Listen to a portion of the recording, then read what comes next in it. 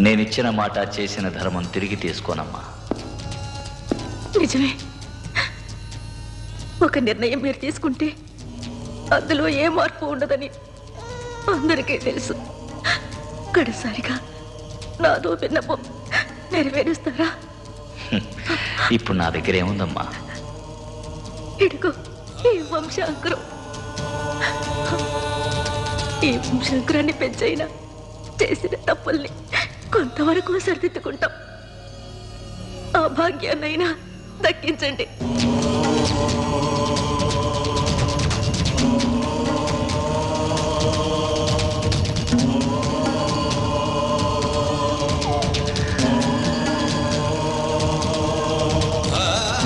అయితే ఒకటి, నా బిడ్డని ఆత్మీయతకి అనుబంధానికి అంకితమైన మనిషిగా పెంచాలి.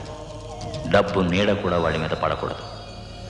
ఏదో ఒక రోజు నేను మళ్ళా వస్తాను. అంతవరకు వీడెవరున్న నిజం ఎవరికి తెలియకూడదు.